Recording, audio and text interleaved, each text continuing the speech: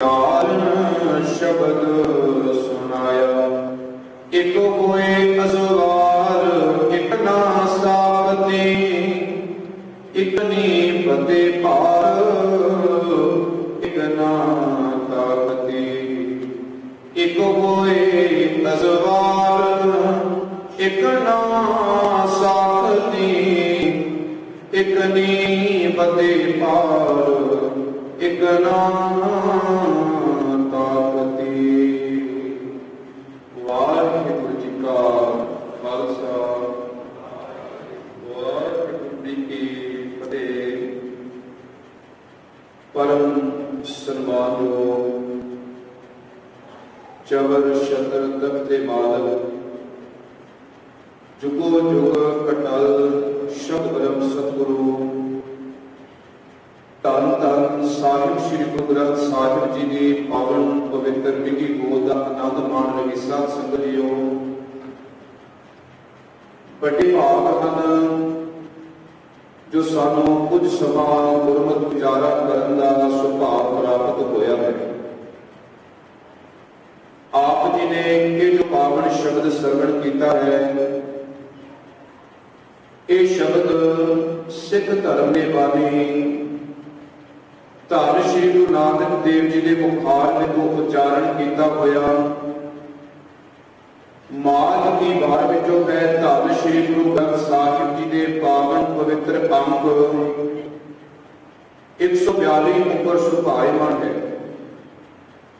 साध संगत जी बाण होने करके इस शब्द का केंद्री भाव पौड़ी विच है। सो आओ सब तो पहला पौड़ी दियां आखिरी तुकां दा संगति उच्चारण करिए। सब तो पहला आपां पौड़ी की व्याख्या करनी है, उस तो बाद दोवें श्लोकां की व्याख्या करांगे। सो आओ शब्द की विचार के नाल जुड़न दा यतन करिए। एक होए असवार एक ना सावते, एक होए असवार एक ना सावते।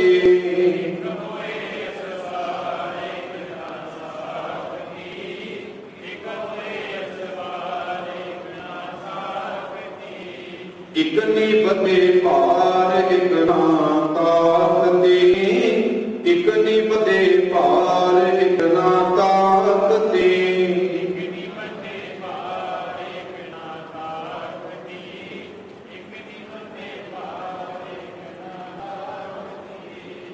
एक होए असवार एक ना साकती, एक निपते पार एक ना ताकती। इस पंक्ति के अंदर साध संगत जी एक शब्द आया है। ईड़ी नूं तां सियारी पै के नाल कक्के नूं भी है, जिसका अर्थ बहुवचन है। पातशाह इत्थे इस पंक्ति के अंदर कई मनुखां की गल करते हैं कि जिहड़े मनुख गुरु के शब्द सिद्ध लैके धर्म के रस्ते ते असवार हो गए। एक होए असवार एक ना साथी। साथी का अर्थ होता है साध संगत तैयार हो जाना, तो मच्छियां पा लेनियां, काठियां पा लेनियां। ते कई मनुख धर्म के रास्ते ते चलने के लिए तैयार हो गए। एक नी बदे भार एक ना ताकती। हुण बदे भार का अर्थ साध संगत जी इत्थे औगुणां की गल नहीं करते पातशाह, इत्थे गुणां की गल करते हैं कि कई मनुख अपनी जिंदगी के विच गुण इकट्ठे करके धर्म के मार्ग से चल पे ने। एक ना ताकती, ताकती का अर्थ होंदा है साध संगत जी दौड़ पे ते कई धर्म के मार्ग से दौड़ पे।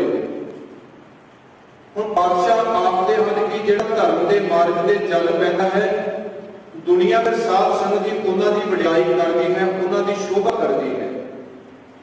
पातशाह वचन करदे हैं, सच्चे मार्ग चलदिया उस्तत करे जवान। भगत रविदास जी भी वचन करते हैं कि दुनिया के विच मैं लखां लोक देखे, पता नहीं वो किहड़े किहड़े धातुआं का किहड़े किहड़े सब चीज़ां का व्यापार करते हैं, पर मैं केवल ते केवल उस वाहिगुरू के नाम को लैके ही सच का व्यापार किया है। किन्ही वंजे आकांक्षी दवा, किन्ही लौंग सुपारी, ਸੰਤੋ ਬਣ ਜਿਆ ਨਾਮ ਗੋਬਿੰਦ ਕਾ, ਐਸੀ ਖੇਪ ਹਮਾਰੀ। ਖੇਪ ਦਾ ਅਰਥ ਹੈ ਸਾਧ ਸੰਗਤ ਦੀ ਸੌਦਾ, ਕਿ ਮੈਂ ਵਾਹਿਗੁਰੂ ਦਾ ਨਾਮ ਸੌਦਾ ਲੈ ਕੇ ਸੱਚ ਦੇ ਵਿੱਚ ਸੱਚ ਦਾ ਵਪਾਰ ਹੀ ਕੀਤਾ ਹੈ। ਸੋ ਆਓ ਸਾਧ ਸੰਗਤ ਦੀ ਇਸ ਪੌੜੀ ਦੇ ਪਹਿਲੇ ਪਦ ਤੇ ਵਿਚਾਰ ਕਰੀਏ। ਪਾਤਸ਼ਾਹ ਸਾਨੂੰ ਕੀ ਸਮਝਾਉਂਦੇ? ਜਾਤੀ ਦੇ ਕਿਆ ਹੱਥ ਸਚ ਪਰਖੀਐ, ਮੋਰ ਹੋਵੇ ਹੱਥ ਮਰੀਐ ਚੱਕੀਐ। ਗੁਰੂ ਸਾਹਿਬ ਬਚਨ ਕਰਦੇ ਹਨ ਕਿ ਇਹ ਭਾਈ ਉਸ ਵਾਹਿਗੁਰੂ ਦੇ ਦਰ ਤੇ ਕੇਵਲ ਸੱਚਾ ਨਾਮ ਰੂਪੀ ਸੌਦਾ ਹੀ ਪਰਖਿਆ ਜਾਣਾ ਹੈ। ਜਾਤ ਦੇ ਹੱਥ ਕੁਝ ਵੀ ਨਹੀਂ, ਭਾਵ ਉੱਥੇ ਉੱਚੀ ਜਾਤ ਦਾ ਲਿਹਾਜ਼ ਨਹੀਂ ਜੇ ਕੀਤਾ ਜਾਣਾ। ਇਸ ਪੰਕਤੀ ਦੇ ਅੰਦਰ ਪਾਤਸ਼ਾਹ ਵਰਗ ਦੀ ਗੱਲ ਕਰਦੇ ਨੇ ਤੇ ਨਾਲ ਜਾਤ ਦਾ ਹਵਾਲਾ ਦਿੰਦੇ ਨੇ। ਹੁਣ ਸਾਧ ਸੰਗਤ ਜੀ ਇਸ ਪੰਕਤੀ ਦੇ ਥੋੜਾ ਰੋਕ ਕੇ ਵਿਚਾਰ ਕਰੀਏ ਕਿ ਪਾਤਸ਼ਾਹ ਨੇ ਇਸ ਪੰਕਤੀ ਦੇ ਅੰਦਰ ਜਾਤ ਦੀ ਗੱਲ ਕਿਉਂ ਕੀਤੀ? ਕਿਉਂਕਿ ਜਦੋਂ ਪੁਰਾਤਨ ਸਮੇਂ ਦੇ ਅੰਦਰ ਮਨੁੱਖਤਾ ਨੂੰ ਲੋਕਾਈ ਨੂੰ 4 ਵਰਨਾਂ ਦੇ ਵਿੱਚ ਵੰਡਿਆ ਗਿਆ, ਬ੍ਰਾਹਮਣ, ਖੱਤਰੀ, ਸ਼ੂਰ ਅਤੇ ਵੈਸ਼, ਸਭ ਤੋਂ ਸ੍ਰੇਸ਼ਟ ਉੱਚਾ ਦਰਜਾ ਸਾਧ ਸੰਗਤ ਜੀ ਬ੍ਰਾਹਮਣ ਨੂੰ ਦਿੱਤਾ ਗਿਆ। ਕਿਉਂ? ਕਿਉਂਕਿ ਉਹ ਉੱਚੀ ਜਾਤ ਦਾ ਹੈ। ਬ੍ਰਾਹਮਣ ਮਨੁ ਸਿਮਰਤੀ ਦੇ ਵਿੱਚ ਲਿਖਿਆ ਹੈ ਕਿ ਜੇਕਰ ਬ੍ਰਾਹਮਣ ਚੋਰੀ ਕਰੇ ਤਾਂ ਰਾਜਾ ਉਹਨੂੰ ਸਜ਼ਾ ਨਹੀਂ ਦਿੰਦਾ। ਕਿਉਂ? ਕਿਉਂਕਿ ਉਹ ਉੱਚੀ ਜਾਤ ਦਾ ਹੈ। ਪਰ ਬਾਦਸ਼ਾਹ ਆਖਦੇ ਹਨ ਕਿ ਤੂੰ ਉਸ ਵਾਹਿਗੁਰੂ ਦੇ ਦਰ ਤੇ ਤੇਰੀ ਉੱਚੀ ਜਾਤ ਨੇ ਹਾਜ਼ਰੀ ਕੀਤਾ ਜਾਣਾ ਤੇ ਨਾ ਤੇਰਾ ਉੱਥੇ ਸੋਹਣਾ ਰੂਪ ਕੰਮ ਆਉਣਾ ਹੈ, ਉੱਥੇ ਤਾਂ ਤੇਰੇ ਦੁਨੀਆ ਦੇ ਵਿੱਚ ਕੀਤੇ ਹੋਏ ਚੰਗੇ ਕਰਮਾਂ ਨੇ ਸਹਾਈ ਹੋਣਾ ਹੈ। ਪਾਤਸ਼ਾਹ ਦਾ ਬੜਾ ਪਾਪ ਬਚਨ ਕਰਦੇ ਹਨ, ਆਗੇ ਜਾਤ ਰੂਪ ਨਾ ਜਾਏ, ਤੇਰਾ ਹੋਵੇ ਤੇ ਕਰਮ ਕਮਾਏ। ਕਿ ਉਸ ਬਾਦਸ਼ਾਹ ਦੀ ਦਰਗਾਹ ਤੇ ਤਾਂ ਤੇਰੇ ਨਾਲ ਉਹ ਹੋਣਾ ਹੈ ਜਿਹੜੇ ਤੂੰ ਦੁਨੀਆ ਦੇ ਵਿੱਚ ਚੰਗੇ ਮਾੜੇ ਕਰਮ ਕਰੇਗਾ। ਜਾਤ ਦਾ ਹੰਕਾਰ ਦਾ ਸਾਧ ਸੰਗਤ ਜੀ ਕਿਉਂ ਹੁੰਦਾ ਹੈ? ਜਿਵੇਂ ਕਿਸੇ ਮਨੁੱਖ ਦੇ ਹੱਥ ਦੇ ਵਿੱਚ ਮੋਹਰਾ ਹੋਵੇ। ਮੋਹਰੇ ਦਾ ਅਰਥ ਹੁੰਦਾ ਸਾਧ ਸੰਗਤ ਜੀ ਜ਼ਹਿਰ। ਹੁਣ ਜ਼ਹਿਰ ਨੂੰ ਜਿਹੜਾ ਮਨੁੱਖ ਖਾਏਗਾ, ਭਾਵੇਂ ਉਹ ਕਿਸੇ ਵੀ ਜਾਤ ਧਰਮ ਮਜ਼ਹਬ ਦਾ ਹੋਵੇ, ਉਹਦੀ ਮੌਤ ਜ਼ਰੂਰ ਹੋਏਗੀ, ਉਹ ਮਰੇਗਾ ਜ਼ਰੂਰ। ਬਿਲਕੁਲ ਇਸੇ ਤਰ੍ਹਾਂ ਮਨੁੱਖ ਦੀ ਹਾਲਤ ਹੈ। ਅੱਜ ਮਨੁੱਖ ਨੂੰ ਜਾਤ ਪਾਤ, ਪੜ੍ਹਾਈ ਦਾ, ਜ਼ਮੀਨ ਜਾਇਦਾਦ ਦਾ ਹੰਕਾਰ ਹੋਇਆ ਪਿਆ ਹੈ, ਤਾਂ ਹੀ ਅੱਜ ਮਨੁੱਖ ਦੀ ਆਤਮਿਕ ਤੌਰ ਤੇ ਮੌਤ ਹੋਈ ਹੈ। ਅੱਜ ਤਾਂ ਹੀ ਮਨੁੱਖ ਆਤਮਿਕ ਤੌਰ ਤੇ ਮਰਿਆ ਹੋਇਆ ਹੈ। ਪਾਤਸ਼ਾਹ ਬਚਨ ਕਰਦੇ ਹਨ, ਆਤ ਸੁੰਦਰ ਭੋਲੀ ਨਚਤ ਮੁਖ ਗਿਆਨੀ ਤਨਵੰਤ, ਮਿਰਤਕ ਕਹੀਐ ਨਾਨਕਾ ਜੇ ਪ੍ਰੀਤ ਨਹੀਂ ਭਗਵੰਤ।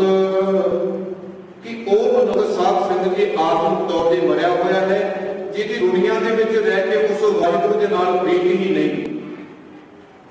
ਇਸ ਲਈ ਤਾਂ ਸਾਧ ਸੰਗਤ ਜੀ ਸਾਡੇ ਤੇ ਗੁਰੂ ਪਾਤਸ਼ਾਹ ਨੇ ਅਪਾਰ ਕਿਰਪਾ ਮੇ ਰਹਿਮਤ ਕੀਤੀ। ਸਾਨੂੰ ਜਾਤ ਪਾਤ, ਊਚ ਨੀਚ, ਸੁਰ ਭਿੱਟ ਦੇ ਕੋੜ ਦੇ ਵਿੱਚੋਂ ਕੱਢਣ ਲਈ ਲੰਗਰ, ਸੰਗਤ, ਪੰਗਤ, ਕੜਾਹ ਪ੍ਰਸ਼ਾਦ, ਨਗਾਰਾ, ਸਰੋਵਰ ਅਤੇ ਪੌੜੀਆਂ ਦੇ ਵਿੱਚ ਇਕੱਠੇ ਇਸ਼ਨਾਨ ਕਰਕੇ ਜਾਤ ਪਾਤ ਦੇ ਕੋੜ ਦੇ ਵਿੱਚੋਂ ਕੱਢਿਆ ਅਤੇ ਇੱਕੋ ਵਾਟੇ ਵਿੱਚ ਅੰਮ੍ਰਿਤ ਛਾ ਕੇ ਦੁਨੀਆ ਦੇ ਵਿੱਚ ਚੰਗੇ ਕਰਮ ਕਰਕੇ ਉਸ ਵਾਹਿਗੁਰੂ ਦੇ ਦਰ ਤੇ ਇੱਜ਼ਤ ਮਾਣ ਪ੍ਰਾਪਤ ਕਰ ਲਈ ਗਿਆ। ਅਗਲੇ ਬੰਦਨ ਪਾਤਸ਼ਾਹ ਬਚਨ ਕਰਦੇ ਹਨ, ਸੱਚੇ ਕੀ ਸਰਕਾਰ ਜੁਗ ਜੁਗ ਜਾਣੀਐ। ਸਰਕਾਰ ਦਾ ਅਰਥ ਹੁੰਦਾ ਸਾਧ ਸੰਗਤ ਦੀ ਹਕੂਮਤ। ਉਸ ਵਾਹਿਗੁਰੂ ਦੀ ਹਕੂਮਤ ਹਰ ਇੱਕ ਯੁੱਗ ਵਿੱਚ ਹੁੰਦੀ ਆਈ ਹੈ ਤੇ ਹੁੰਦੀ ਰਹਿਣੀ ਹੈ। ਉਹਦਾ ਨਿਆਂ ਹਰ ਇੱਕ ਯੁੱਗ ਵਿੱਚ ਹੁੰਦਾ ਹੈ ਤੇ ਹੁੰਦਾ ਰਹਿਣਾ ਹੈ। ਇਤਿਹਾਸ ਤੇ ਦੇਖਦੇ ਹਾਂ, ਹਰਨਾਕਸ਼ ਵਰਗਾ ਜਿਹੜਾ ਆਖਦਾ ਸੀ ਕਿ ਮੈਂ ਦੁਨੀਆ ਦੇ ਉੱਪਰ ਸਦਾ ਰਾਜ ਕਰਨਾ ਹੈ, ਮੇਰਾ ਨਾਮ ਪੂਰੀ ਦੁਨੀਆ ਦੇ ਉੱਪਰ ਰਹਿਣਾ ਹੈ, ਪਰ ਸਾਧ ਸੰਗਤ ਜੀ ਉਹ ਆਪਣੇ ਹੰਕਾਰ ਦੇ ਵਿੱਚ ਡੁੱਬ ਕੇ ਇਸ ਦੁਨੀਆ ਤੋਂ ਖਾਲੀ ਹੱਥ ਹੀ ਚਲਾ ਗਿਆ। ਕੌਰਵ ਕੁਰਸ਼ੇਤਰ ਦੇ ਮੈਦਾਨ ਦੇ ਵਿੱਚ ਜਿਨ੍ਹਾਂ ਕੋਲ 12 ਯੋਜਨ 48 ਮੀਲ ਤੱਕ ਜਿਨ੍ਹਾਂ ਦੀ ਫੌਜ ਫੈਲੀ ਹੋਈ ਸੀ, ਉਹ ਵੀ ਆਖਦੇ ਸੀ ਕਿ ਅਸੀਂ ਪੂਰੀ ਦੁਨੀਆ ਦੇ ਉੱਪਰ ਆਪਣੀ ਫੌਜ ਦੇ ਸਹਾਰੇ ਰਾਜ ਕਰਨਾ ਹੈ, ਪਰ ਉਹ ਵੀ ਜ਼ਿਆਦਾ ਸਮਾਂ ਦੁਨੀਆ ਦੇ ਉੱਪਰ ਨਹੀਂ ਟਿਕ ਸਕੇ। ਭਗਤ ਨਾਮ ਦੇਵ ਜੀ ਬਚਨ ਕਰਦੇ ਹਨ, मेरी मेरी कैरों कते दुर्योधन से भाई 12 योजन छत्र चलेगा देही गिरजन खाई कि उन्हां दियां देहां नूं भी सत संगी गिरजा ने खा लिया।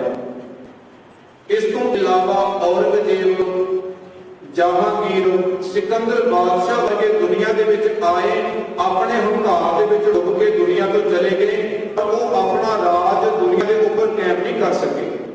क्यों?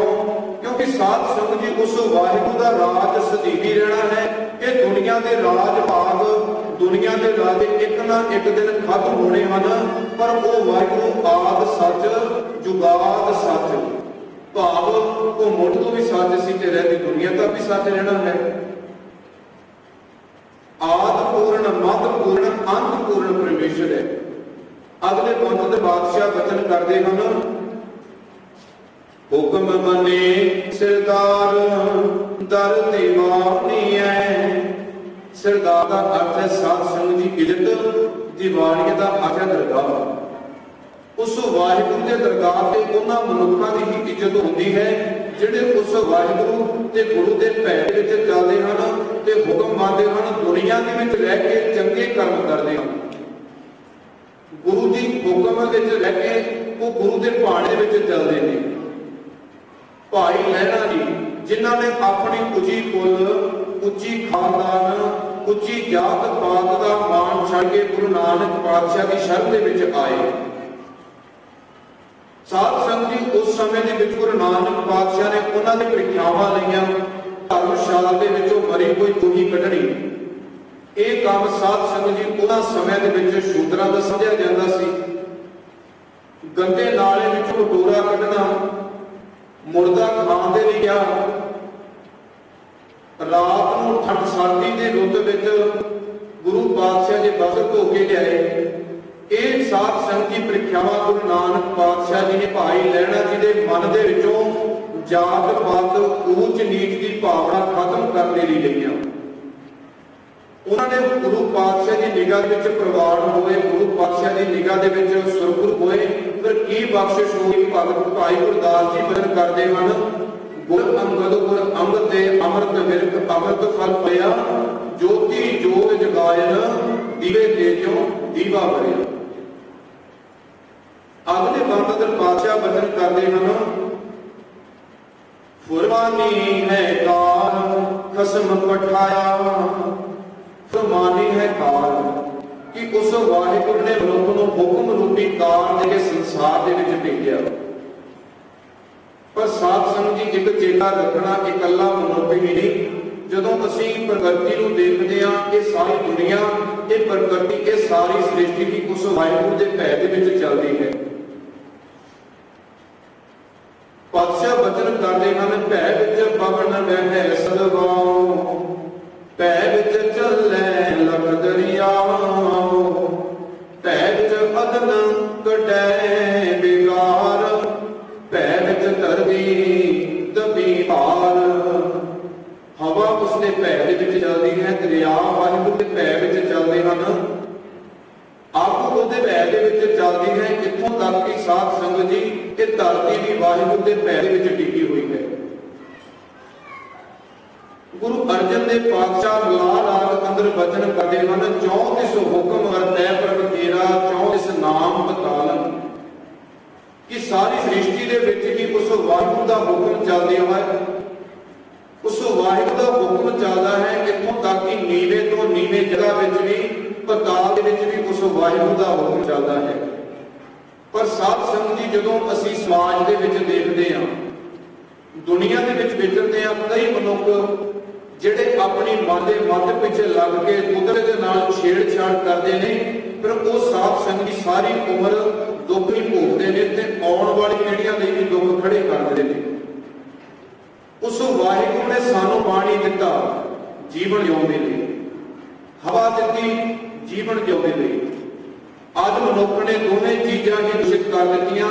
फैक्ट्रियां कारखानियां का गंदा धुआं छड्ड के हवा दूषित कर दी, कारखानियां का गंदा पानी छड्ड के पानी दूषित कर दिता, ਜਿਹਦੇ ਕਰਕੇ ਅੱਜ ਮਨੁੱਖ ਅਨੇਕਾਂ ਬਿਮਾਰੀਆਂ ਦਾ ਸ਼ਿਕਾਰ ਹੋਇਆ ਪਿਆ ਹੈ। ਪਰ ਬਾਦਸ਼ਾਹ ਆਖਦੇ ਹਨ ਕਿ ਇਹ ਭਾਈ ਜਿੰਨਾ ਸਮਾਂ ਤੂੰ ਆਪਣੇ ਮਨ ਦੀ ਮੱਤ ਨਹੀਂ ਛੱਡਦਾ, ਉਹਨਾਂ ਸਮਾਂ ਤੈਨੂੰ ਦੁੱਖ ਇਵੇਂ ਹੀ ਆਉਣੇ ਹਨ।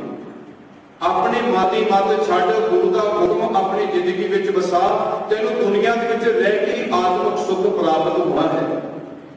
ਬਾਦਸ਼ਾਹ ਬਚਨ ਕਰਦੇ ਹਨ, ਮਨ ਕੀ ਮਤ ਧਿਆਵੋ ਹਰ ਜਨ, ਹੁਕਮ ਬੂਝ ਸੁਖ ਪਾਈਐ ਰੇ। ਆਪਣੇ ਮਨ ਦੀ ਮਤ ਛੱਡ ਦੇ ਤੇ ਗੁਰੂ ਦੇ ਹੁਕਮ ਨੂੰ ਆਪਣੀ ਜ਼ਿੰਦਗੀ ਦੇ ਵਿੱਚ ਗ੍ਰਹਿਣ ਕਰ ਲੈ ਤੇ ਤੈਨੂੰ ਸਾਰੀ ਜ਼ਿੰਦਗੀ ਆਤਮਿਕ ਸੁੱਖ ਪ੍ਰਾਪਤ ਹੋਣਾ ਹੈ। ਅਗਲੇ ਬੰਦ ਅੰਦਰ ਬਾਦਸ਼ਾਹ ਬਚਨ ਕਰਦੇ ਹਨ, ਕਬਲਵਾਜ ਵਿਦਾਰ ਸ਼ਬਦ ਸੁਣਾਇਆ। ਕਬਲਵਾਜ ਦਾ ਅਰਥ ਹੈ ਸਾਧ ਸੰਗੀ ਨਗਾਰ ਜੀ, ਗੁਰੂ ਹੋਕਾ ਦੇਣ ਵਾਲਾ ਗੁਰੂ ਢਿੰਡੋਰਾ ਦੇ ਕੇ ਇਸ ਬਾਣੀ ਦੇ ਅੰਦਰ ਸ਼ਬਦ ਆਇਆ ਹੈ। ਦਦੇ ਨੂੰ ਹੁਸ਼ਿਆਰੀ ਹੈ, ਜਿਸ ਦਾ ਅਰਥ ਸ਼ਬਦ ਦੇ ਰਾਹੀਂ, ਕਿ ਗੁਰੂ ਨੇ ਸ਼ਬਦ ਦੇ ਰਾਹੀਂ ਕਈ ਮਨੁੱਖਾਂ ਨੂੰ ਸੇਧ ਦੇ ਦਿੱਤੀ ਤੇ ਕਈ ਗੁਰੂ ਦਾ ਹੁਕਮ ਮੰਨ ਕੇ ਧਰਮ ਦੇ ਰਸਤੇ ਤੇ ਚੱਲ ਪਏ। ਇੱਕ ਹੋਏ ਸਵਾਲ ਇੱਕ ਨਾ ਸਾਥ ਦੀ, ਤੇ ਕਈ ਇਸ ਰਸਤੇ ਤੇ ਚੱਲਣ ਦੇ ਲਈ ਤਿਆਰ ਹੋ ਗਏ। ਇੱਕ ਨਹੀਂ ਬੰਦੇ ਭਾਰ, ਇੱਕ ਨਾ ਤਾਕਤੀ। ਤਾਕਤੀ ਦਾ ਅਰਥ ਹੁੰਦਾ ਸਾਧ ਸੰਗੀ ਦੌੜ ਪਏ। ਕਈ ਆਪਣੀ ਜ਼ਿੰਦਗੀ ਦੇ ਵਿੱਚ ਗੁਣ ਇਕੱਠੇ ਕਰਕੇ ਵਾਹਿਗੁਰੂ ਦੇ ਰਸਤੇ ਤੇ ਦੌੜ ਪਏ। ਸੋ ਆਓ ਸਾਧ ਸੰਗਤ ਜੀ ਇਸ ਸ਼ਬਦ ਦੇ ਪਹਿਲੇ ਸ਼ਲੋਕ ਦੀ ਵਿਆਖਿਆ ਕਰੀਏ। ਮਹਿਲਾ ਪਹਿਲਾ ਸ਼ਲੋਕ, ਸੋ ਜੀਵਿਆ ਜਿਸ ਮਨ ਵਸਿਆ ਸੋਏ, ਨਾਨਕ ਅਵਰ ਨਾ ਜੀਵੈ ਕੋਏ। ਗੁਰੂ ਪਾਤਸ਼ਾਹ ਬਚਨ ਕਰਦੇ ਹਨ ਕਿ ਆਤਮ ਤੌਰ ਤੇ ਉਹੀ ਮਨੁੱਖ ਜਿਉਂਦਾ ਹੈ ਜਿਹਦੇ ਮਨ ਦੇ ਵਿੱਚ ਉਹ ਅਕਾਲ ਪੁਰਖ ਵਾਹਿਗੁਰੂ ਵਸਾ ਹੈ। ਗੁਰੂ ਅਮਰਦਾਸ ਪਾਤਸ਼ਾਹ ਵੀ ਬਚਨ ਕਰਦੇ ਹਨ, ਸ਼ਬਦ ਮਰੋ ਫਿਰ ਜੀਵੋ ਸਦਹੀ ਤਾਂ ਫਿਰ ਮਰਨ ਨਾ ਹੋਈ। ਕਿ ਜਿਹੜਾ ਮਨੁੱਖ ਆਪਣੀ ਜ਼ਿੰਦਗੀ ਦੇ ਵਿੱਚ ਗੁਰੂ ਦੇ ਸ਼ਬਦ ਨੂੰ ਗ੍ਰਹਿਣ ਕਰ ਲੈਂਦਾ ਹੈ, ਗੁਰੂ ਦੇ ਸ਼ਬਦ ਦੀ ਟੇਕ ਲੈ ਕੇ ਆਪਣੀ ਜ਼ਿੰਦਗੀ ਬਤੀਤ ਕਰਦਾ ਹੈ, ਉਹ ਸਦਾ ਵਿਕਾਰਾਂ ਤੋਂ ਨਿਰਲੇਪ ਰਹਿੰਦਾ ਹੈ ਤੇ ਨਾ ਕਦੇ ਉਹਦੀ ਆਤਮਿਕ ਤੌਰ ਤੇ ਮੌਤ ਹੁੰਦੀ ਹੈ। ਆਪਾਂ ਰੋਜ਼ਾਨਾ ਰਹਿਦਾ ਸਭ ਅੰਦਰ ਪੜ੍ਹਦੇ ਹਾਂ, ਆਖਾਂ ਜੀਵਾ ਵਿਸਰੇ ਪ੍ਰਜਾਓ, ਆਖਣ ਔਖਾ ਸੱਚਾ ਨਾਮ। ਆਖਾਂ ਜੀਵਾ ਵਿਸਰੇ ਪ੍ਰਜਾਓ, ਆਖਾਂ ਜੀਵਾ ਕਿ ਜੇ ਮੈਂ ਵਾਹਿਗੁਰੂ ਨੂੰ ਸਿਮਰਦਾ ਰਹਾਂ ਤਾਂ ਮੈਂ ਆਤਮਿਕ ਤੌਰ ਤੇ ਜਿਉਂਦਾ ਰਹਿੰਦਾ ਹਾਂ। ਵਿਸਰੇ ਮਰ ਜਾਉਂ, ਤੇ ਜਦੋਂ ਉਸ ਵਾਹਿਗੁਰੂ ਦਾ ਚੇਤਾ ਭੁੱਲ ਜਾਂਦਾ ਹੈ ਤਾਂ ਮੇਰੀ ਆਤਮਿਕ ਤੌਰ ਤੇ ਮੌਤ ਹੋ ਜਾਂਦੀ ਹੈ। ਭਾਈ ਗੁਰਦਾਸ ਜੀ ਵੀ ਬਚਨ ਕਰਦੇ ਹਨ, ਜਿਉਂਦੇ ਮਨੁੱਖ ਦੀਆਂ ਨਿਸ਼ਾਨੀਆਂ ਦੱਸ ਕੇ ਆਪਣੀ ਪਾਵਨ ਰਚਨਾ ਅੰਦਰ ਸਮਝਾਉਂਦੇ ਹਨ। ਗੁਰਸਿੱਖੀ ਦਾ ਰੂਪ ਰੇਖ ਇੱਕ ਸਵਾਦਨਾ ਪੁਰਸ਼ ਦੇਖੇ ਕਿ ਜਿਸ ਗੁਰਸਿੱਖ ਨੇ ਗੁਰੂ ਦਾ ਸ਼ਬਦ ਫੜ ਲਿਆ, ਆਪਣੇ ਜ਼ਿੰਦਗੀ ਦੇ ਵਿੱਚ ਵਸਾਇਆ, ਗੁਰੂ ਦਾ ਪੱਲਾ ਫੜ ਲਿਆ, ਉਹ ਕਿਸੇ ਦੇਵੀ ਦੇਵਤੇ ਜਾਂ ਕਿਸੇ ਮਣੀ ਕਬਰ ਤੇ ਜਾ ਮੱਥੇ ਨਹੀਂ ਟੇਕਦਾ। ਗੁਰਸਿੱਖੀ ਦਾ ਚੱਕਣਾ ਲੱਖ ਅੰਮ੍ਰਿਤ ਫਲ ਫਿੱਕੇ ਨਹੀਂ ਹੈ। ਜਿਸ ਗੁਰਸਿੱਖ ਨੇ ਗੁਰੂ ਦੇ ਸ਼ਬਦ ਦਾ ਰਸ ਚੱਖ ਲਿਆ, ਉਹਨੂੰ ਫਿਰ ਦੁਨੀਆ ਦੇ ਪਦਾਰਥਾਂ ਦੇ ਰਸ ਸਾਧ ਸੰਗਤ ਦੀ ਝੂਠੇ ਲੱਗਣ ਲੱਗ ਜਾਂਦੇ ਨੇ। ਗੁਰਸਿੱਖੀ ਦਾ ਨਾਦ ਸੁਣ ਲੱਖ ਅਨਹਦ ਵਿਸਮਾਦ ਅਲੇਖ ਹੈ। ਜਿਸ ਗੁਰਸਿੱਖ ਨੇ ਗੁਰੂ ਦੇ ਸ਼ਬਦ ਦਾ ਰਸ ਆਪਣੇ ਮਨ ਦੇ ਵਿੱਚ ਵਸਾ ਲਿਆ, ਉਹ ਫਿਰ ਦੁਨੀਆ ਦੇ ਰਸ, ਪਰਾਈ ਚੁਗਲੀ, ਪਰਾਈ ਨਿੰਦਿਆ, ਅਸ਼ਲੀਲਤਾ ਭਰੇ ਗਾਣੇ ਫਿਰ ਸਾਧ ਸੰਗਤ ਜੀ ਨੂੰ ਗਲਤ ਲੱਗਣ ਲੱਗ ਜਾਂਦੇ ਨੇ। ਗੁਰਸਿੱਖੀ ਦੀ ਬਾਸ ਹੈ ਉਹ ਦੁਰਗੰਧ ਸੁਗੰਧ ਸੇਕ ਹੈ। ਜਿਸ ਗੁਰਸਿੱਖ ਨੇ ਆਪਣੇ ਮਨ ਦੇ ਵਿੱਚ ਗੁਰੂ ਦੇ ਨਾਮ ਦੀ ਆਪਣੀ ਸੁਗੰਧ ਮਨ ਦੇ ਵਿੱਚ ਵਸਾ ਲਈ, ਫਿਰ ਉਹ ਸਾਧ ਸੰਗਤ ਦੀ ਕਿਸੇ ਪਰਾਈ ਨਿੰਦਿਆ, ਪਰਾਈ ਚੁਗਲੀ, ਉਹ ਵਿਕਾਰਾਂ ਰੂਪੀ ਦੁਰਗੰਧ ਦੇ ਨੇੜੇ ਨਹੀਂ ਜਾਂਦਾ। ਗੁਰਸਿੱਖੀ ਮਰ ਜੀਵਨਾ ਭਾਏ ਭਗਤ ਪੈ ਨਿਮਖ ਨਿਵੇਖੈ। ਜਿਹੜਾ ਗੁਰਸਿੱਖ ਜ਼ਿੰਦਗੀ ਦੇ ਵਿੱਚ ਮਰ ਕੇ ਜਿਉਂਦਾ ਹੈ ਦੁਨੀਆ ਦੇ ਨਾਲੋਂ, ਉਹ ਆਪਣੇ ਦਿਲ ਦੇ ਵਿੱਚ ਗੁਰੂ ਪ੍ਰਤੀ ਪਿਆਰ ਭੈ ਭਾਵਨਾ ਰੱਖ ਕੇ ਜਿਉਂਦਾ ਹੈ। ਅਦਬ ਰਹੇ ਗੁਰ ਸ਼ਬਦ ਵਸੇਕ ਹੈ। ਗੁਰੂ ਦੇ ਸ਼ਬਦ ਨੂੰ ਆਪਣੀ ਜ਼ਿੰਦਗੀ ਦੇ ਵਿੱਚ ਟੇਕ ਬਣਾ ਕੇ ਸੰਸਾਰ ਤੋਂ ਨਿਰਲੇਪ ਹੋ ਕੇ ਜ਼ਿੰਦਗੀ ਬਤੀਤ ਕਰਦਾ ਹੈ। ਜਿਸ ਤਰ੍ਹਾਂ ਸਾਧ ਸੰਗੀ ਕਮਲ ਦਾ ਫੁੱਲ ਰਹਿੰਦਾ ਚਿੱਕੜ ਦੇ ਵਿੱਚ ਹੈ, ਪਰ ਚਿੱਕੜ ਤੋਂ ਨਿਰਲੇਪ ਰਹਿੰਦਾ ਹੈ। ਬਚਨ ਕਰਦੇ ਹਨ। ਜੈਸੇ ਜਲ ਮੈਂ ਕਮਲ ਨਿਰਾਲ ਮੁਰਗਾਈ ਨੇ ਸਾਣੇ ਸੁਰਤ ਸ਼ਬਦ ਭਵ ਸਾਗਰ ਕਰੀਏ ਨਾਨਕ ਨਾਮ ਬਖਾਣੇ। ਕਿ ਉਹ ਆਪਣੀ ਸੁਰਤੀ ਸੰਸਾਰ ਦੇ ਮੋਹ ਮਾਇਆ ਪਦਾਰਥਾਂ ਵਿੱਚ ਨਹੀਂ ਫਸਦਾ। ਅਗਲੇ ਬੰਦਰ ਪਾਤਸ਼ਾਹ ਬਚਨ ਕਰਦੇ ਹਨ, ਨਾਨਕ ਅਵਰ ਨ ਜੀਵੇ ਕੋਏ। ਕਿ ਹੈ ਨਾਨਕ ਸਾਰੇ ਦੁਨੀਆ ਦੀ ਆਤਮਿਕ ਤੌਰ ਤੇ ਉਸ ਵਾਹਿਗੁਰੂ ਦੇ ਨਾਮ ਤੋਂ ਬਿਨਾਂ ਮਰੀ ਹੋਈ ਹੈ। ਅਗਲੇ ਬੰਦਰ ਪਾਤਸ਼ਾਹ ਬਚਨ ਕਰਦੇ ਹਨ, ਜੇ ਜੀਵੇ ਬਤਲ ਥੀ ਆਏ ਸਭ ਹਰਾਮ ਜੇਤਾ ਕਿਛ ਖਾਏ। ਇਸ ਪੰਕਤੀ ਦੇ ਅੰਦਰ ਪਾਤਸ਼ਾਹ ਨਾਮ ਵਿਹੋਣੇ ਮਨੁੱਖ ਦੀ ਗੱਲ ਕਰਦੇ ਹਨ ਕਿ ਜਿਹੜੇ ਮਨੁੱਖ ਗੁਰੂ ਦੇ ਨਾਲ ਟੁੱਟ ਕੇ ਜ਼ਿੰਦਗੀ ਬਤੀਤ ਕਰਦੇ ਹਨ, ਗੁਰੂ ਦੇ ਰਸਤੇ ਤੋਂ ਭਟਕ ਜਾਂਦੇ ਹਨ, ਉਹ ਆਪਣੀ ਇੱਥੇ ਇੱਜ਼ਤ ਗਵਾ ਕੇ ਦੁਨੀਆ ਤੋਂ ਚਲੇ ਜਾਂਦੇ ਨੇ। ਸਭ ਹਰਾਮ ਜੇ ਤਾਂ ਕਿਛ ਖਾਏ। ਉਹ ਸਾਧ ਸੰਗਤ ਦੀ ਦੁਨੀਆ ਦੇ ਵਿੱਚ ਜੋ ਵੀ ਪਦਾਰਥ ਖਾਂਦੇ ਪੀਂਦੇ ਨੇ ਉਹ ਸਾਰੇ ਹਰਾਮ ਕਰਕੇ ਤੋਂ ਚਲੇ ਜਾਂਦੇ ਨੇ। ਪਾਤਸ਼ਾਹ ਬਚਨ ਕਰਦੇ ਹਨ, ਤ੍ਰਿਗ ਤ੍ਰਿਗ ਖਾਇਆ ਤ੍ਰਿਗ ਤ੍ਰਿਗ ਸੋਇਆ ਤ੍ਰਿਗ ਤ੍ਰਿਗ ਕੱਪੜ ਅੰਗ ਚੜਾਇਆ। ਹੁਣ ਸਾਧ ਸੰਗਤ ਦੀ ਕੀ ਕਾਰਨ ਹੈ ਕਿ ਉਹ ਆਪਣੀ ਇੱਜ਼ਤ ਗਵਾ ਕੇ ਜਾਂਦੇ ਨੇ?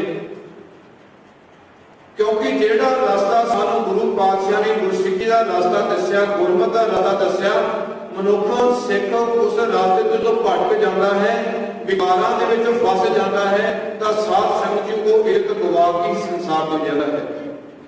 ਇਤਿਹਾਸ ਵੱਲ ਦੇਖਦੇ ਹਾਂ, ਕਾਜ਼ੀ ਅਬਦੁਲ ਵਹਾਬ ਲੋਹਰਾ ਜਿਹਨੇ ਧੰਨ ਸ਼੍ਰੀ ਗੁਰੂ ਤੇਗ ਬਹਾਦਰ ਜੀ ਨੂੰ ਸ਼ਹੀਦ ਕਰਨ ਦਾ ਫਤਵਾ ਜਾਰੀ ਕੀਤਾ ਸੀ।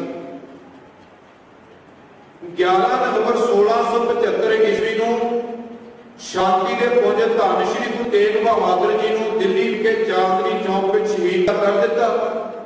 ਪਰ ਠੀਕ 15 ਦਿਨਾਂ ਬਾਅਦ 26 ਨਵੰਬਰ 1675 ਈਸਵੀ ਨੂੰ ਜਦੋਂ ਕਾਜ਼ੀ ਮੰਜੇ ਤੇ ਤੜਪ ਕੇ ਮਰਿਆ, ਉਹਦੇ ਮਰਨ ਤੋਂ ਬਾਅਦ ਉਹਦੇ ਘਰ ਦੇ ਵਿੱਚੋਂ 33 ਲੱਖ ਰੁਪਈਆ ਕਈ ਮਣ ਸੋਨਾ ਨਿਕਲਿਆ। ਇੱਥੋਂ ਪਤਾ ਲੱਗਦਾ ਹੈ ਸਾਧ ਸੰਗਤ ਜੀ ਬਾਣਾ ਉਹਨੇ ਧਾਰਮਿਕ ਪਾਇਆ ਸੀ, ਆਪਣੇ ਆਪ ਨੂੰ ਕਾਜ਼ੀ ਕਹਾਉਂਦਾ ਸੀ, ਪਰ ਦੁਨੀਆ ਦੇ ਵਿੱਚ ਪਾਪ ਹੀ ਕਮਾਉਂਦਾ ਰਿਹਾ। ਦੁਨੀਆ ਦੇ ਵਿੱਚ ਆਪਣੇ ਦਿਲ ਦੇ ਵਿੱਚ ਖੋਟ ਲੱਗ ਕੇ ਵਿਚਰਦਾ ਰਿਹਾ ਤੇ ਦੁਨੀਆ ਦੇ ਵਿੱਚੋਂ ਇੱਜ਼ਤ ਗਵਾ ਕੇ ਚਲਾ ਗਿਆ। ਇਸ ਤੋਂ ਇਲਾਵਾ ਔਰੰਗਜ਼ੇਬ ਆਪਣੇ ਆਪ ਨੂੰ ਧਰਮੀ ਕਹਾਉਂਦਾ ਸੀ, ਗੰਗੂ ਬ੍ਰਾਹਮਣ ਆਪਣੇ ਆਪ ਨੂੰ ਧਰਮੀ ਕਹਾਉਂਦਾ ਸੀ, ਧੀਰਮਾਲ ਤਿਰਕੀ ਚੰਦ ਰਾਮ ਰਾਏ ਆਪਣੇ ਆਪ ਨੂੰ ਧਰਮੀ ਕਹਾਉਂਦੇ ਸਨ। ਪਰ ਦੁਨੀਆ ਦੇ ਵਿੱਚ ਰਹਿ ਕੇ ਗਲਤ ਕੰਮ ਕੀਤੇ, ਗੁਰੂ ਦੀ ਮੱਤ ਤੋਂ ਉਲਟ ਚੱਲੇ, ਇੱਜ਼ਤ ਗਵਾ ਕੇ ਸੰਸਾਰ ਤੋਂ ਚਲੇ ਗਏ। ਜੇਕਰ ਸਾਧ ਸੰਗਤ ਜੀ ਅਜੋਕੇ ਸਮੇਂ ਦੀ ਗੱਲ ਕੀਤੀ ਜਾਏ, ਜਿਹੜੇ ਅੱਜ ਦੇ ਸਿੱਖਾਂ ਦੀ ਗੱਲ ਕੀਤੀ ਜਾਵੇ, ਬਹੁਤ ਆਤ ਗਿਣਤੀ ਵਿੱਚ ਨਹੀਂ, ਜਿਹੜੇ ਆਪਣੇ ਆਪ ਨੂੰ ਧਰਮੀ ਕਹਾਉਂਦੇ ਨੇ, ਧਰਮੀ ਬਣਾ ਪਾਇਆ ਹੋਇਆ ਹੈ। ਪਾਤਸ਼ਾਹ ਬਚਨ ਕਰਦੇ ਹਨ, ਅੰਦਰੋਂ ਝੂਠੇ ਪੈਜ ਬਾਹਰ ਦੁਨੀਆ ਅੰਦਰ ਫੈਲ। ਜਿਹੜੇ ਅੰਦਰੋਂ ਝੂਠੇ ਹੋਣ ਤੇ ਬਾਹਰ ਦੁਨੀਆ ਨੂੰ ਇੱਕ ਸੱਚੇ ਹੋਣ ਦਾ, ਧਰਮੀ ਹੋਣ ਦਾ ਵਿਖਾਵਾ ਕਰਦੇ ਹਨ, ਨਾਟਕ ਕਰਦੇ ਹਨ, ਉਹਨਾਂ ਦੀ ਵੀ ਹਾਲਤ ਸਾਧ ਸੰਗਤ ਜੀ ਫਿਰ ਔਰੰਗਜ਼ੇਬ ਵਾਲੀ ਹੋਣੀ ਹੈ। ਦੁਨੀਆ ਦੇ ਵਿੱਚ ਇੱਜ਼ਤ ਗਵਾ ਕੇ ਹੀ ਜਾਣਗੇ। ਅਗਲੇ ਬੰਦ ਅੰਦਰ ਪਾਤਸ਼ਾਹ ਬਚਨ ਕਰਦੇ ਹਨ, ਰਾਜ ਰੰਗ ਮਾਲ ਰੰਗ ਰੰਗ ਰਤਾ ਰਚੈ ਲੰਗ। ਕਿ ਜਿਸ ਮਨੁੱਖ ਦਾ ਰਾਜ ਦੇ ਵਿੱਚ ਪਿਆਰ ਹੈ, ਮਾਲ ਦੇ ਵਿੱਚ ਪਿਆਰ ਹੈ, ਮਾਲ ਦਾ ਅਰਥ ਹੈ ਸਾਧ ਸੰਗਤ ਜੀ ਦੁਨੀਆ ਦੇ ਪਦਾਰਥਾਂ ਦੇ ਵਿੱਚ ਪਿਆਰ ਹੈ। ਰੰਗ ਰਤਾ ਨਚੈ ਲੰਗ, ਲੰਗ ਦਾ ਅਰਥ ਹੈ ਸਾਧ ਸੰਗਤ ਜੀ ਸ਼ਰਮ ਨਿਲੱਜ, ਕਿ ਉਹ ਦੁਨੀਆ ਦੇ ਸਾਹਮਣੇ ਬੇਸ਼ਰਮ ਹੋ ਕੇ ਨੱਚਦਾ ਹੈ, ਨਿਲੱਜ ਹੋ ਕੇ ਨੱਚਦਾ ਹੈ, ਮਾਇਆ ਦੇ ਵਿੱਚ ਫਸ ਕੇ। ਜਦੋਂ ਸਾਧ ਸੰਗਤ ਜੀ ਅਸੀਂ ਪਾਵਨ ਬਾਣੀ ਪੜ੍ਹਦੇ ਹਾਂ, ਗੁਰੂ ਨਾਨਕ ਪਾਤਸ਼ਾਹ ਜੀ ਨੇ ਪਾਵਨ ਬਾਣੀ ਅੰਦਰ ਸੈਦਪੁਰ ਦੇ ਵਾਸੀਆਂ ਦਾ ਹਵਾਲਾ ਦੇ ਕੇ ਫਰਮਾਇਆ ਹੈ ਕਿ ਜਦੋਂ ਬਾਬਰ ਨੇ ਸੈਦਪੁਰ ਦੇ ਵਾਸੀਆਂ ਤੇ ਹਮਲਾ ਕੀਤਾ, ਉਹ ਸ਼ਰਾਬ ਕਬਾਬ ਰਾਜ ਭਾਗ ਦੇ ਵਿੱਚ ਇੰਨੇ ਮਦ ਹੋਏ ਪਏ ਸੀ ਕਿ ਉਹ ਤਲਵਾਰ ਚੁੱਕ ਕੇ ਬਾਬਰ ਦਾ ਟਾਕਰਾ ਨਹੀਂ ਕਰ ਸਕੇ। ਉਹ ਬਾਬਰ ਦਾ ਟਾਕਰਾ ਨਹੀਂ ਕਰ ਸਕੇ, ਸ਼ਰਾਬ ਕਬਾਬ ਦੇ ਵਿੱਚ ਇੰਨੇ ਮਸਤ ਹੋਏ ਪਏ ਸੀ। ਉਹਨਾਂ ਦੀ ਰਾਣੀਆਂ ਦੀ ਹਾਲਤ ਇੱਥੋਂ ਤੱਕ ਆਈ ਪਈ ਸੀ, ਉਹਨਾਂ ਦੇ ਵਿੱਚ ਇੱਕ ਰੀਤੀ ਰਿਵਾਜ ਬਣ ਚੁੱਕਾ ਸੀ। ਜਦੋਂ ਉਹਨਾਂ ਦੀਆਂ ਰਾਣੀਆਂ ਉਹ ਬੇਟੀਆਂ ਵਿਆਹੀਆਂ ਹੋਈਆਂ ਹੁੰਦੀਆਂ ਸਨ ਤਾਂ ਬੈੱਡ ਦੇ ਉੱਪਰ ਬੈਠਣ ਦਾ 1 ਲੱਖ ਰੁਪਇਆ ਲੈਂਦੀਆਂ ਸੀ, ਖੜੇ ਹੋਣ ਦਾ 1 ਲੱਖ ਰੁਪਇਆ ਲੈਂਦੀਆਂ ਸੀ। ਭਾਵ ਕਿ ਉਹਨਾਂ ਦੇ ਮਨ ਦੇ ਵਿੱਚ ਮਾਇਆ ਦਾ ਰਾਜ ਭਾਗ ਦਾ ਇੰਨਾ ਹੰਕਾਰ ਆ ਗਿਆ ਸੀ। ਪਾਤਸ਼ਾਹ ਬਚਨ ਕਰਦੇ ਹਨ, 1 ਲੱਖ ਲੈਣ ਬੈਠੀਆਂ ਲੱਭ ਲੈਣ ਖੜੀਆਂ, ਗਰੀ ਸ਼ੁਹਾਰੇ ਖਾਂਦੀਆਂ ਮਾਨਣ ਸੇਜੜੀਆਂ। ਫਿਰ ਕੀ ਹੋਇਆ? 3 ਗਲ ਸਿੱਧਾਂ ਪਾਈਆਂ ਟੁੱਟਣ ਮੋਤਸਰੀਆਂ। ਜਦੋਂ ਬਾਬਰ ਦੀ ਗੁਲਾਮੀ ਦੀ ਜੰਜੀਰ ਉਹਨਾਂ ਦੇ ਗਲ ਵਿੱਚ ਪੈ ਗਈ, ਫਿਰ ਉਹਨਾਂ ਦੀਆਂ ਮੋਤੀਆਂ ਦੀਆਂ ਮਾਲਾਂ ਫਿਰ ਟੁੱਟ ਗਈਆਂ। ਸਾਧ ਸੰਗਤ ਉਹ ਰਾਜ ਭਾਗ ਸਦੀਵੀ ਤੌਰ ਤੇ ਨਹੀਂ ਰਹਿੰਦਾ ਜਿਸ ਰਾਜ ਭਾਗ ਦੇ ਵਿੱਚ ਮਾਇਆ ਆ ਜਾਵੇ, ਜਿਸ ਰਾਜ ਭਾਗ ਦੇ ਵਿੱਚ ਵਿਕਾਰ ਆ ਜਾਣ। ਮੁਹੰਮਦ ਸ਼ਾਹ ਰੰਗੀਲਾ ਜਹਾਂਗੀਰ ਬਾਦਸ਼ਾਹ ਜਿਹੜੇ ਸ਼ਰਾਬ ਦੇ ਆਦੀ ਸੀ, ਸ਼ਰਾਬ ਦੇ ਨਸ਼ੇ ਦੇ ਵਿੱਚ ਹੀ ਸਾਧ ਸੰਗਤ ਇਹਨਾਂ ਨੇ ਆਪਣਾ ਰਾਜ ਭਾਗ ਗਵਾਇਆ। ਅਗਲੇ ਬੰਦ ਅੰਦਰ ਪਾਤਸ਼ਾਹ ਬਚਨ ਕਰਦੇ ਹਨ, ਨਾਨਕ ਠਗਿਆ ਮੁਠਾ ਜਾਏ, ਬਿਨ ਨਾਵੇਂ ਪਤ ਗਿਆ ਗਵਾਏ। ਸਾਧ ਸੰਗਤ ਨਾਨਕ ਕੇ ਸ਼ਰਾਬ ਦੇ ਕੇ ਕਿ ਹੈ ਨਾਨਕ ਠਗਿਆ ਮੁਠਾ ਜਾਏ। ਮੁੱਠਾ ਦਾ ਅਰਥ ਹੈ ਸਾਧ ਸੰਗਤ ਛਲਿਆ ਜਾਣਾ, ਲੁੱਟਿਆ ਜਾਣਾ। ਕਿ ਉਹ ਮਨੁੱਖ ਸੰਸਾਰ ਵਿੱਚ ਲੁੱਟੇ ਗਏ ਜਿਹੜੇ ਨਾਮ ਤੋਂ ਟੁੱਟ ਕੇ ਵਿਕਾਰਾਂ ਦੇ ਵਿੱਚ ਫਸ ਗਏ। ਉਹਨਾਂ ਨੂੰ ਵਿਕਾਰਾਂ ਨੇ ਆ ਕੇ ਘੇਰ ਲਿਆ, ਕਿਉਂਕਿ ਸਾਧ ਸੰਗਤ ਗੁਰੂ ਵਾਲੇ ਪਾਸੇ ਨਹੀਂ ਤੁਰੇ, ਧਰਮ ਦੇ ਮਾਰਗ ਤੇ ਨਹੀਂ ਤੁਰੇ। ਉਹਨਾਂ ਨੂੰ ਸੰਸਾਰ ਦੇ ਵਿੱਚ ਵਿਕਾਰਾਂ ਨੇ ਲੁੱਟ ਲਿਆ। ਨਾਮ ਵਿਗੁਣੇ ਭਰਸੇ ਆਵੇ ਜਾਵੇ ਨੀਂਦ। ਜਿਹੜੇ ਸਾਧ ਸੰਗਤ ਦੁਨੀਆ ਦੇ ਵਿੱਚ ਰਹਿ ਕੇ ਨਾਮ ਤੋਂ ਟੁੱਟ ਜਾਂਦੇ ਹਨ, ਉਹ ਦੁਨੀਆ ਦੇ ਵਿੱਚ ਜਨਮ ਮਰਨ ਦੇ ਗੇੜ ਵਿੱਚ ਪਏ ਰਹਿੰਦੇ ਨੇ। ਬਿਨ ਨਾਵੇ ਪਰ ਗਿਆ ਗਵਾਏ। ਉਹ ਸੰਸਾਰ ਦੇ ਵਿੱਚ ਹੀ ਆਪਣੀ ਇੱਜ਼ਤ ਪੱਤ ਗਵਾ ਕੇ ਦੁਨੀਆ ਤੋਂ ਚਲੇ ਜਾਂਦੇ ਨੇ। ਸੋ ਆਓ ਸਾਧ ਸੰਗਤ ਜੀ ਦੂਜੇ ਸ਼ਲੋਕ ਦੀ ਵਿਆਖਿਆ ਦੇ ਨਾਲ ਜੁੜਨ ਦਾ ਯਤਨ ਕਰੀਏ। ਮਹਿਲਾ ਪਹਿਲਾ ਕਿਆ ਖਾਰੇ ਕਿਆ ਪੈਦੇ ਹੋਏ, ਜਾ ਮਨ ਨਾਹੀ ਸਜਾ ਸੋਏ। ਪਾਤਸ਼ਾਹ ਬਚਨ ਕਰਦੇ ਹਨ ਕਿ ਕੀ ਹੋਇਆ ਕਿ ਤੈਨੂੰ ਖਾਣ ਨੂੰ ਸੋਹਣੇ ਪਦਾਰਥ ਮਿਲ ਗਏ, ਜਾ ਮਨ ਨਾਹੀ ਸਜਾ ਸੋਏ। ਪਰ ਇੱਕ ਗੱਲ ਚੇਤਾ ਰੱਖੀ, ਜਿਸ ਵਾਹਿਗੁਰੂ ਨੇ ਤੈਨੂੰ ਇਹ ਸਾਰੇ ਖਾਣ ਪੀਣ ਨੂੰ ਪਦਾਰਥ ਦਿੱਤੇ ਨੇ, ਜੇਕਰ ਤੂੰ ਉਹ ਵਾਹਿਗੁਰੂ ਮਨ ਦੇ ਵਿੱਚ ਵਸਾਏ ਨਹੀਂ ਤਾਂ ਤੇਰਾ ਜ਼ਿੰਦਗੀ ਦੇ ਆਇਆ ਹੋਇਆ ਹੀ ਵਿਕਾਰ ਹੈ, ਜ਼ਿੰਦਗੀ ਦੇ ਵਿੱਚ ਜਿਉਣਾ ਹੀ ਵਿਕਾਰ ਹੈ। ਮੇਰੀ ਪੀੜੀ ਦੇ ਮਾਲਕ ਧੰਨ ਸ਼੍ਰੀ ਗੁਰੂ ਹਰਗੋਬਿੰਦ ਪਾਤਸ਼ਾਹ ਜਦੋਂ ਕਸ਼ਮੀਰ ਦੀ ਧਰਤੀ ਤੇ ਗਏ, ਬਾਦਸ਼ਾਹ ਜਹਾਂਗੀਰ ਦੀ ਬੇਗਮ ਨੂਰ ਜਹਾਂ ਪਾਤਸ਼ਾਹ ਦੇ ਦਰਸ਼ਨ ਕਰਨ ਦੇ ਲਈ ਆਈ। ਜਿਸਨੇ ਆਪਣੇ ਤਨ ਦੇ ਉੱਪਰ ਬੜੀ ਕੀਮਤੀ ਪੁਸ਼ਾਕ ਪਹਿਨੀ ਹੋਈ ਸੀ, ਤਨ ਦੇ ਉੱਪਰ ਬੜਾ ਸੋਹਣਾ ਸ਼ਿੰਗਾਰ ਕੀਤਾ ਹੋਇਆ ਸੀ, ਪਰ ਆਪਣੇ ਰੂਪ ਦੇ ਵਿੱਚ ਫਸ ਕੇ, ਹਾਰ ਸ਼ਿੰਗਾਰ ਦੇ ਵਿੱਚ ਫਸ ਕੇ, ਆਪਣੇ ਮਨ ਦੇ ਵਿੱਚ ਹੰਕਾਰ ਵਸਾ ਕੇ ਜਦੋਂ ਗੁਰੂ ਪਾਤਸ਼ਾਹ ਦੇ ਸਾਹਮਣੇ ਆਈ, ਜਾਗੀ ਜਾਣ ਪਿਤਾ ਕਹਿਣ ਲੱਗੇ ਕਿ ਹੇ ਪੁੱਤਰੀ, ਜਿੰਨਾ ਸ਼ਿੰਗਾਰ ਤੂੰ ਆਪਣੇ ਤਨ ਤੇ ਕੀਤਾ ਹੈ, ਜੇਕਰ ਤੂੰ ਇੰਨਾ ਸ਼ਿੰਗਾਰ ਆਪਣੇ ਮਨ ਤੇ ਗੁਣਾ ਦਾ ਕਰਦੀ ਤਾਂ ਅੱਜ ਤੂੰ ਉਸ ਅੱਲਾਹ ਨੂੰ, ਉਸ ਵਾਹਿਗੁਰੂ ਦੀ ਪ੍ਰਾਪਤੀ ਕਰ ਲੈਣੀ ਸੀ। ਕਿਉਂਕਿ ਸਾਧ ਸੰਗਤ ਜੀ ਪਾਤਸ਼ਾਹ ਦਾ ਸਾਨੂੰ ਇਹੀ ਵਚਨ ਹੈ, ਕੱਪੜ ਰੂਪ ਸੁਹਾਵਣਾ ਛੜ ਦੁਨੀਆ ਅੰਦਰ ਜਾਵਣਾ। ਕਿ ਕੱਪੜੇ ਦਾ ਸੋਹਣਾ ਪਨ ਤਾਂ ਸਾਧ ਸੰਗਤ ਜੀ ਅਸੀਂ ਦੁਨੀਆ ਦੇ ਵਿੱਚ ਹੀ ਛੱਡ ਜਾਣਾ ਹੈ। ਜੇ ਅਸੀਂ ਕੱਪੜੇ ਪਾਉਣੇ ਹਨ ਤਨ ਤੇ ਤਾਂ ਸਾਧ ਸੰਗਤ ਜੀ ਉਹ ਪਾਉਣੇ ਜਿਨ੍ਹਾਂ ਨਾਲ ਸਾਧ ਸੰਗਤ ਜੀ ਸਮਾਜ ਦੇ ਵਿੱਚ ਅਸ਼ਲੀਲਤਾ ਨਹੀਂ ਫੈਲਦੀ। ਮਨ ਦੇ ਕਿਹੜੇ ਪਾਉਣੇ ਨੇ? ਚੰਗੇ ਗੁਣਾਂ ਦੇ। ਅਗਲੇ ਬੰਦਰ ਪਾਤਸ਼ਾਹ ਵਚਨ ਕਰਦੇ ਹਨ, ਕਿਆ ਮੇਵਾ ਕਿਆ ਘਿਓ ਗੁੜ ਮਿੱਠਾ, ਕਿਆ ਮੈਦਾ ਕਿਆ ਮਾਸ, ਕਿਆ ਕੱਪੜ ਕਿਆ ਸੇਜ ਸੁਖਾਲੀ, ਕੀਜੈ ਭੋਗ ਵਿਲਾਸ। ਕਿ ਕੀ ਹੋਇਆ ਜੇ ਤੈਨੂੰ ਖਾਣ ਨੂੰ ਘਿਓ ਗੁੜ ਮਿੱਠਾ ਮੈਦਾ ਮਾਸ ਖਾਣ ਪਦਾਰਥ ਮਿਲ ਗਏ, ਤੈਨੂੰ ਹੰਡਾਉਣ ਨੂੰ ਸੋਹਣੇ ਕੱਪੜੇ ਮਿਲ ਗਏ, ਤੈਨੂੰ ਮਾਰਨ ਨੂੰ ਸੋਹਣੀਆਂ ਸੇਜਾਂ ਮਿਲ ਗਈਆਂ, ਪਰ ਇੱਕ ਗੱਲ ਚੇਤਾ ਰੱਖੀ, ਤੇਰੀ ਜ਼ਿੰਦਗੀ ਦਾ ਮਨੋਰਥ ਇਹੀ ਨਹੀਂ। ਸਾਧ ਸੰਗਤ ਜੀ ਖਾਦਾ ਪੀਤਾ ਵੀ ਉਹਨਾਂ ਦਾ ਪ੍ਰਵਾਨ ਹੈ ਜਿਨ੍ਹਾਂ ਨੇ ਆਪਣੇ ਮਨ ਦੇ ਵਿੱਚ ਉਹ ਅਕਾਲ ਭਗਵਾਨ ਨੂੰ ਵਸਾਇਆ ਹੋਇਆ ਹੈ। तिनका खाता पैदा माया सब पवित है जो नाम हलाते। जिन्हां ने अपना मन वाहिगुरू के नाम के विच रंग लिया उन्हां दा खाता पीता साध संगी प्रवान है। अगले बंदर पातशाह वचन करते हैं, क्या लश्कर क्या नेव प्रवासी आवे महली वास, नानक सच्चे नाम बिन सबे ढोल विनाश। लश्कर का अर्थ है साध संगत की फौज, नेव का अर्थ है जोगदार, प्रवासी का अर्थ होता है शाही नौकर। कि की होया कि तेन फौज मिल गई, शाही नौकर मिल गए, इन्हां दे विच फस के तू अपना जीवन व्यर्थ ना हुआ। ਇਹ तेरे उस अकाल पुरख दे वाहिगुरू दे दर ते इन्हां विचों तैनूं किसी ने ढोई नहीं देनी, इन्हां विचों तेरा किसी ने सहाय नहीं होना। बाला प्रिंगम गुरु हरकृष्ण पातशाह जदों दिल्ली विच गए, जदों पातशाह दे आउण बारे औरंगजेब नूं पता लगा, औरंगजेब ने सदा भेज के पातशाह अगे अरदास बेनती की कि ऐ पातशाह मैनू दर्शन दिओ।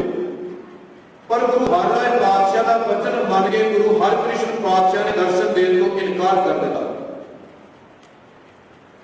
ते इस शब्द साध संगत जी क्या खाते, इस श्लोक लिखे पातशाह ने फारसी भाषा दे विच लिख के